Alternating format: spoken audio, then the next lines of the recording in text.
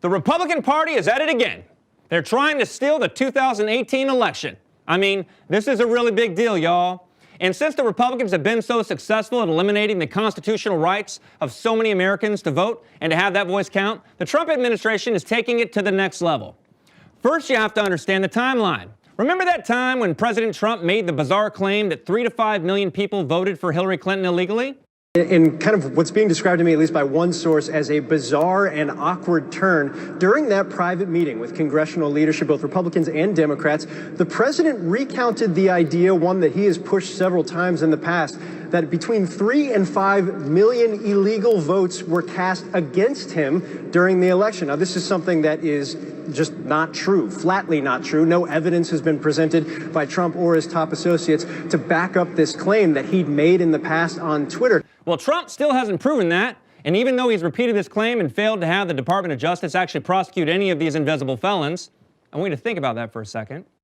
He claims this vast conspiracy of rampant illegal behavior, and as president, his administration has not even arrested, let alone prosecuted even one human being based on that claim. That's because he's a lying piece of shit. But we just need to get that out there.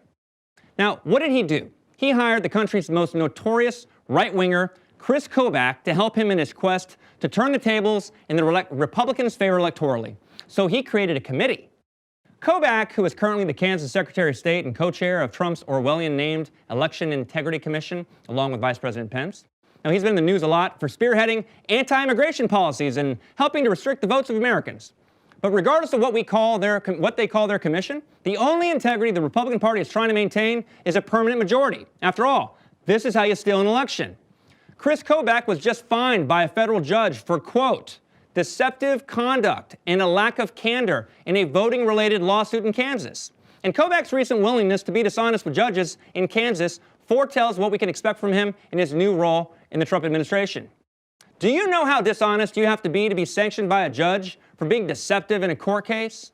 There are so many ways to communicate, obfuscate, and limit information that for the judge to call him out for being a lying asshole, believe me, this guy is exactly that. Now, Kobach, he has made a name for himself by pushing to limit the voting rights of Americans. His critics argue that he's just trying to steal away elections by preventing likely Democratic voters. That and, of course, trying to push unconstitutional laws. Think Progress explains his role in immigration in Arizona. Quote, Kobach was the architect of Arizona's notoriously racist Show Me Your Papers law. Back in 2011, that legislation, since overturned as unconstitutional by the Supreme Court, empowered cops in the state to demand proof of citizenship from anyone suspected of being here illegally. And now, here it is. Chris Kobach is demanding that every single state submit voter roll information, including partial Social Security information, your first name, your last name, your political party, your address, and your voter history for the past 10 years, and on and on. Just take a minute to look at that letter. Now, how do you think they're going to use that information on voters?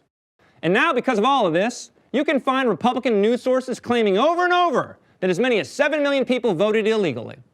But it's totally fucking false. If we learned anything in electoral history, it's that the Republican Party will gerrymander, restrict voting rights, discriminate, kick people off their voter rolls. They will literally do everything possible to prevent potential Democratic voters from voting. That's how they've been able to win state by state by state, in part, and that's now how they plan to proceed moving forward. Here's a fact. More voters voted for a Democrat in the House, Senate, and presidential level in 2016. That is a fact. 100%. Democrats still don't control any of those branches, and that's the world we live in now. So don't get comfortable, fight back. Get in the fucking streets and send a message that you will not let these Republican clowns funded by billionaires and the oligarchy steal our democracy from us. My name is Daniel Goldman with Content.News, where we are always free to share the truth.